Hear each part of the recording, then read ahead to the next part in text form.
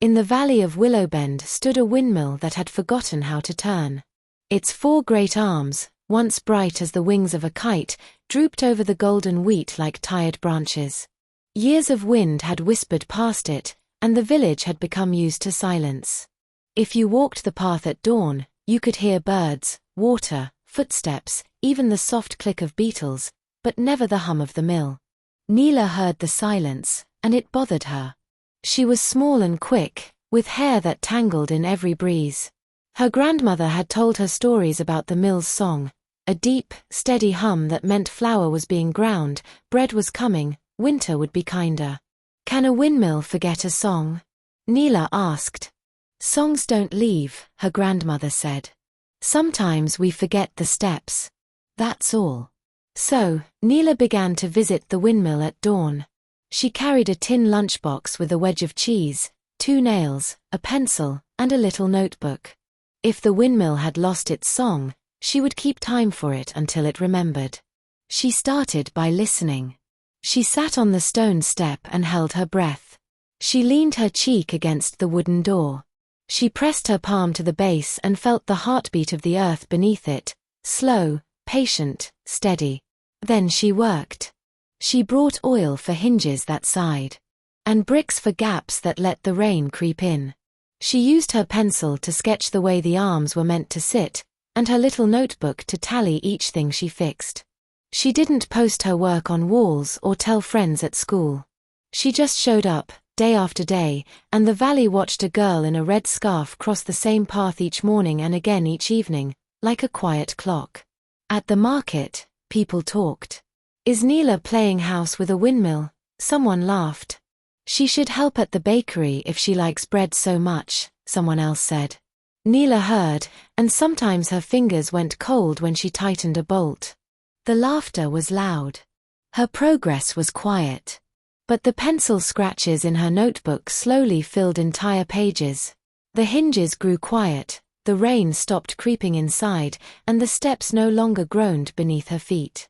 Inside the belly of the mill stood the old gear, a wooden wheel with missing teeth. It looked like a smile that had lost too many molars. Neela traced it with her finger and whispered, "You can still sing. You just need a new mouth." She didn't know how to carve a gear. She didn't know anyone who did. So she watched. She watched the carpenter shape spokes for wagon wheels. She watched the clockmaker file brass until it ticked. She asked questions that made grown-ups blink. How does wood remember its shape? What is patience made of? Why do small teeth turn big wheels? When they answered, she wrote in her notebook. When they shrugged, she tried anyway. Her first gear was lopsided, the second too thick, the third split when she tested it. She used her lunch break to sand edges and her evenings to sweep sawdust from her hair. Progress looked like a pile of almosts. The valley moved on. Harvest was weeks away, and the new electric mill by the river could buzz like a swarm and grind heaps of grain in a day. People prefer loud promises. Quiet work is hard to see. On the 17th morning of fog, Neela fit her 4th gear into place. It clicked against the old shaft like a puzzle piece resigning itself to belong. She breathed in. She pushed. The arms groaned, creaked, and stopped. Close, she thought. Close is a kind of miracle. Her grandmother left a thermos of tea on the step. Some songs begin as whispers, she said. The storm came on a Thursday. At first it was only the smell, wet iron, sharp and sudden. Then the wind gathered itself like a dancer pulling hair into a bun, and the sky tied grey ribbons around the hills. Rain began as a question and then became an answer. The river swelled. The new mill by the river buzzed, sparked, and sputtered to a hush. The baker's son ran through the market, shouting, "The power's out. We can't grind. What will we do?" People looked at the silent windmill on the hill and then away, embarrassed by how much they relied on convenience. The storm laughed in gutters and slammed shutters flat.